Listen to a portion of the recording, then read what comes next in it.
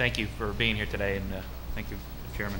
The question I have is regarding the migration of methane gas. It's something that obviously was highlighted in a movie, whether it was factual or not, but I've been up to tour several sites, and I've asked questions about this before, and I haven't gotten a direct answer, and I'm kind of curious as to, I believe some of this has naturally occurred over time. However, has there been a noted problem with this in the areas where this fracking is occurring? And I guess that's one of my concerns that I haven't gotten an answer on over time. So I think the issue with methane migration is one of those, it's sort of encaptured in one of those challenges that I described. It's sort of unique to Pennsylvania. I think Pennsylvania's geology lends to situations that basically have shallow coal zones where the methane can build up.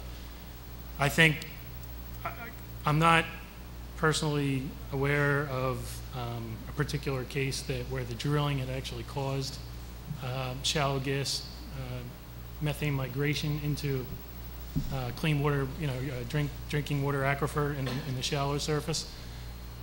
I know that there is as Carl mentioned, there's a long history of drilling oil and gas wells throughout the Commonwealth, especially throughout this entire region where the Marcellus lies. And in the olden days, the well construction procedures weren't such that they are today. So there could be remnant, and I believe there is, refutable evidence that a lot of methane exists in the shallow formations or has migrated into the shallow formations from legacy type activities.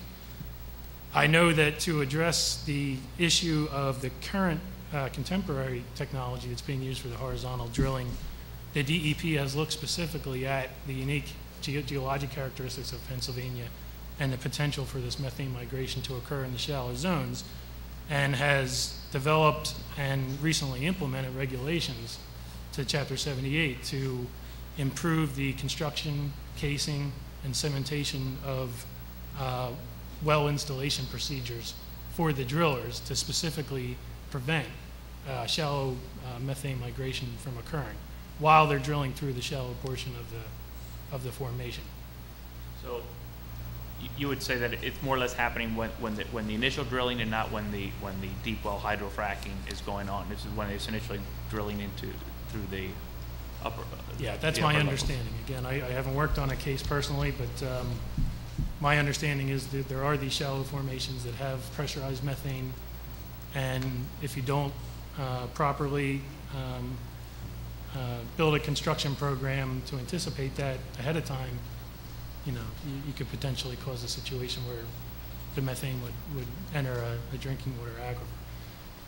As a geologist, the fracking activities, and I install a lot of groundwater monitoring wells just to monitor the quality of groundwater throughout the Commonwealth on environmental sites.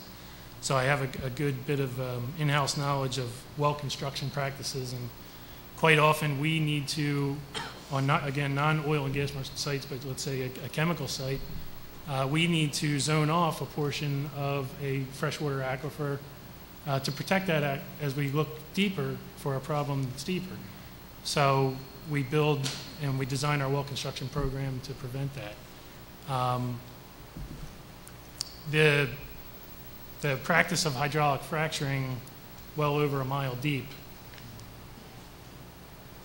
coupled with the new regulations regarding cementing, casing, and well installation procedures, to me, almost completely precludes or prevents the potential for a migrational situation of gas from that deep into the shallow surface.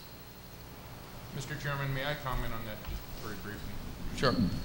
DEP has investigated dozens of complaints of methane in groundwater wells, particularly up in the northern tier of Pennsylvania. They really have all the data. The operators don't have that kind of information. But, operators are liable for contamination claims within 1,000 feet of where they drill.